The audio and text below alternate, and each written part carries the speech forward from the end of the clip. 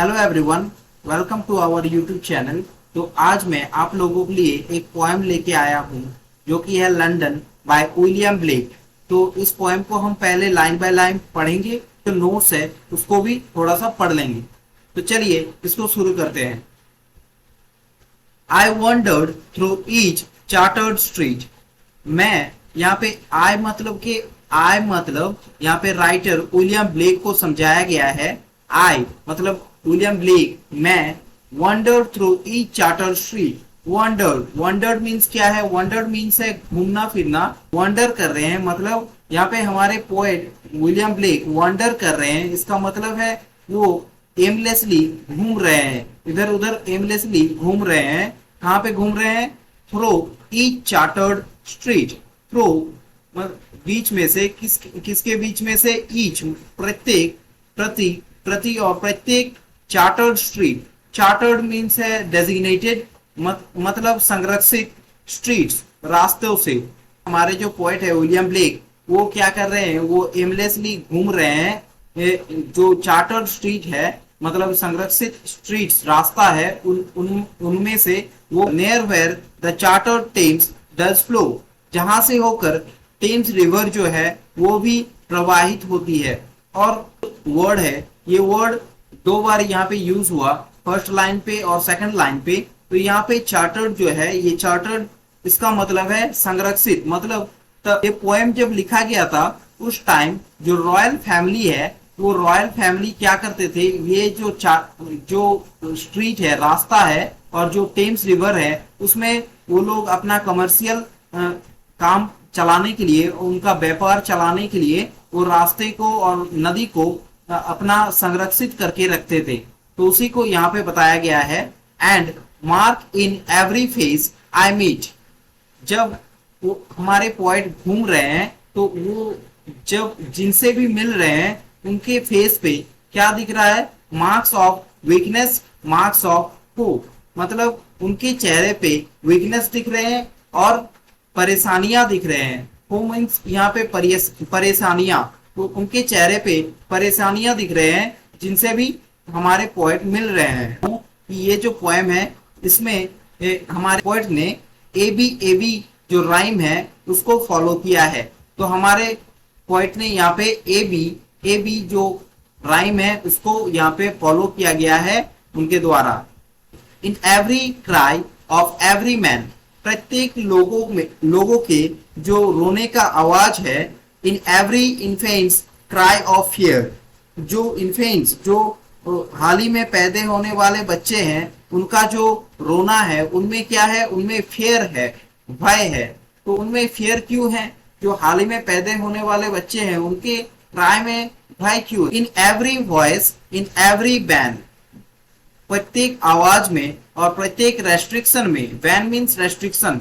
The mind forged manacles I hear. मैं देख सकता हूं कि लोगों के दिमाग को वो एक रस्सी से या फिर एक मैनेकल्स मीन्स जंजीर से बांधा हुआ है और बांध के रखा है। आई हियर, मैं सुन सकता हूँ। इस स्टैंजा में जो कुछ भी बताया गया है, ये सेकंड स्ट्रेंजर में जो कुछ भी बताया गया है वो हम नेक्स्ट स्ट्रेंजर्स में हम समझ पाएंगे अच्छे से। How the chimney sweepers cry.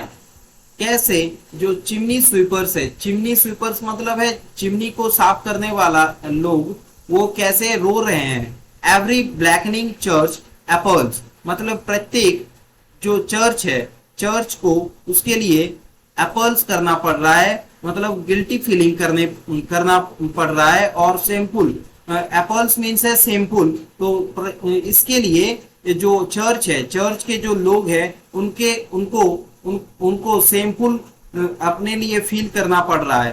पे जो चिमनी है, चिमनी स्वीपर मीन्स वो उस टाइम पे जब ये पोएम लिखा गया था, उस टाइम पे जो चिमनी स्वीपर्स का काम करते थे वो बालक होते थे, छोटे छोटे बालक, क्योंकि चिमनी के अंदर बड़े लोग जा नहीं सकते थे।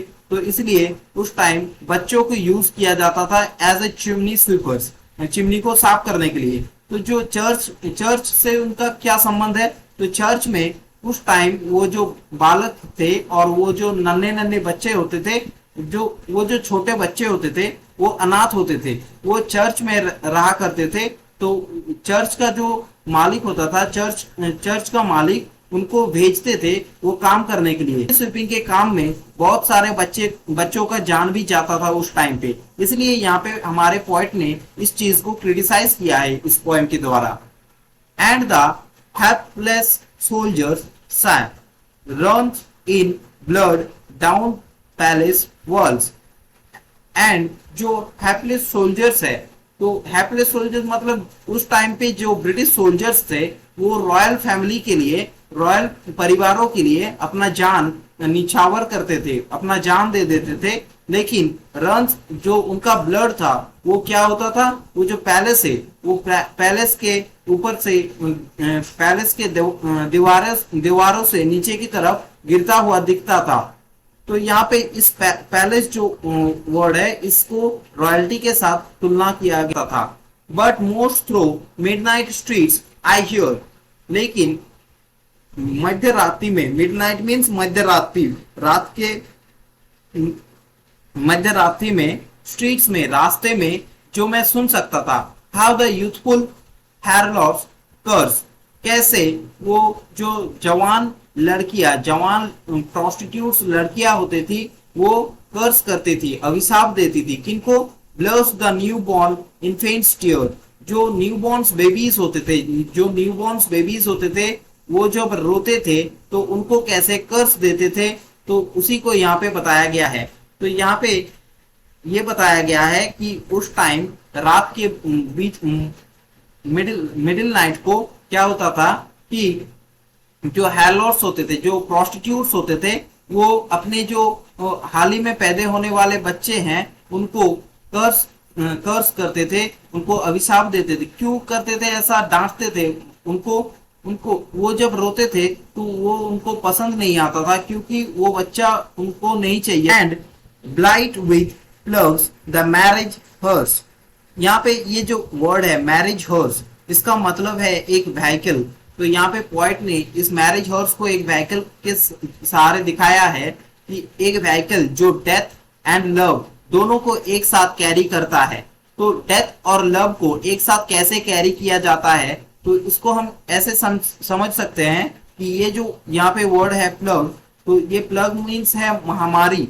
तो महामारी कैसे फैलता था कि उस टाइम लंदन के जो आदमी होते थे उनके साथ वहां का जो प्रोस्टिट्यूट्स होते थे, उन प्रोस्टिट्यूट्स में जो संबंध होते थे उनसे जो बच्चा पैदा होते थे वो बच्चा यहाँ पे रोते थे। तो ये बच्चा उन प्रोस्टिट्यूट्स को पसंद नहीं था, तो उनके रोने पे उनके अपने ही माँ उनको कर्ज करती थी। उन हैरलॉट्स के या प्रोस्टिट्यूट्स के मिलने से जो बीमारियां उत्पन्न होती थी उसी को यहाँ पे बताया गया है पोएट के द्वारा कि मैरिज, ये जो मैरिज है, मैरिज जैसे एक लव मैरिज को लव के साथ तुलना किया गया है, और यहाँ पे ये जो प्रोस्टिट्यूशन है उसको डेथ के साथ तुलना किया गया है। तो जैसे मैरिज एक बहुत ही प्यारा सा संबंध है, लेकिन हम जो ये प्रोस्टिट्यूशन देख रहे हैं लंदन के रास्तों में, ये पोएट को बिल्कुल भी पसंद नहीं आया था। इसीलिए हमारे पोएट विलियम ब्लेक ने प्रोस्टिट्यूशन को भी यहाँ पे क्रिटिसाइज किया है। ऑफ फियर का मतलब क्या है, यहाँ से निकल रहा है कि ये जो हाल ही में पैदा होने वाले बच्चे हैं उनको भी भय लग रहा था कि हम कहाँ जा रहे हैं। तो यहीं पे ये पोएम एंड हो जाता है। तो यहाँ पे हमारे पोएट विलियम ब्लेक ने किन किन चीजों को क्रिटिसाइज किया है, एक तो है सोसाइटी, दूसरा है प्रोस्टिट्यूशन, तीसरा है चर्च, चौथा है रॉयल्टी। तो इन चार चीजों को हमारे पोएट विलियम ब्लेक ने इस पोएम के द्वारा क्रिटिसाइज किया है। तो यहाँ पे ये पोएम खत्म हो जाता है। तो इसके बाद मैं आप लोगों के लिए कुछ नोट्स बनाया है, तो उसको मैं रिसाइट कर दे रहा हूँ क्योंकि नहीं तो वीडियो बहुत लंबा हो जाएगा, इसलिए सिर्फ रिसाइट करके उसको खत्म करते हैं। आप लोग उसका मीनिंग समझ के पढ़ लीजिएगा उसको अपने से। William Blake 1757 to 1827 was an English poet, painter and paintmaker who is regarded as one of the most significant figure of the Romantic age. He is known for his visionary poetry and his unique approach to art, combining poetic and visual elements in his work. Blake was born and raised in London, and from a young age he demonstrated a talent for drawing. He was apprenticed to an engraver, which laid the foundation for his skills as a printmaker and allowed him to combine his artistic abilities with his poetic vision. Blake's poetry explores themes of spirituality, imagination, and the human condition. His collections, such as Song of Innocence and Song of Experience, features purity and corruption, joy and suffering, and the complexities of human existence.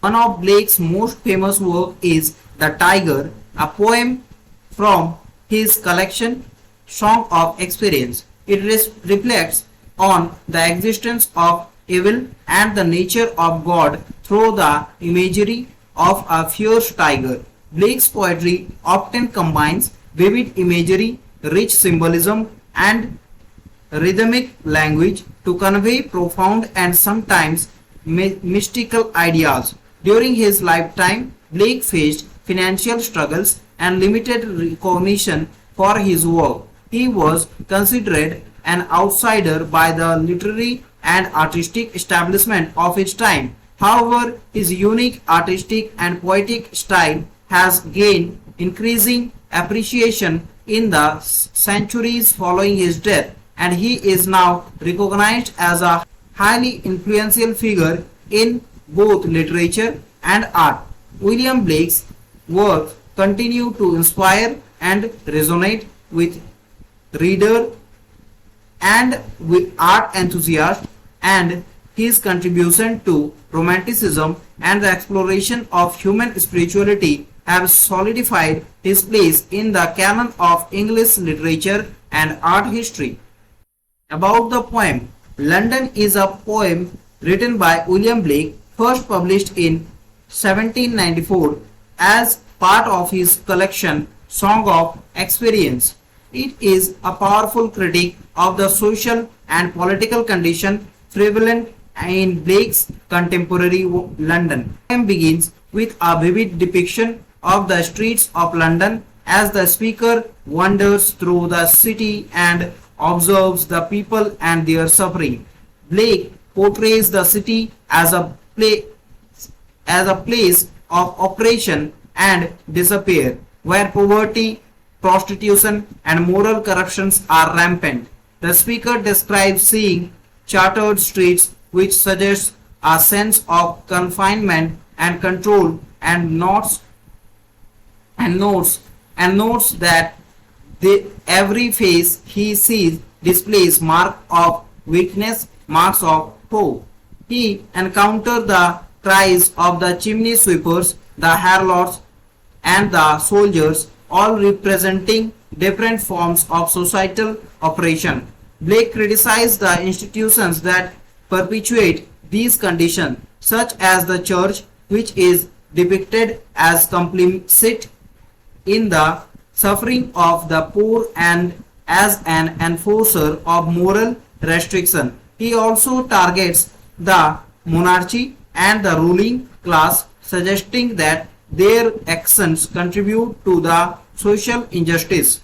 The poem conveys a sense of hopelessness and stagnation, with the use of repetition emphasizing the bleakness of the city in every cry of every man, in every infant's cry of fear, in every voice, in every band. The repetition underscores the pervasive nature of suffering and suggests that the problems are deeply rooted in the society. Overall, London serves as a scathing critique of the social and political realities of Blake's time. It explores the hardships faced by the common people and highlights the oppressive systems that perpetuate their suffering. The poem reflects Blake's concern for the human conditions and his desire for social reform and a more compassionate society.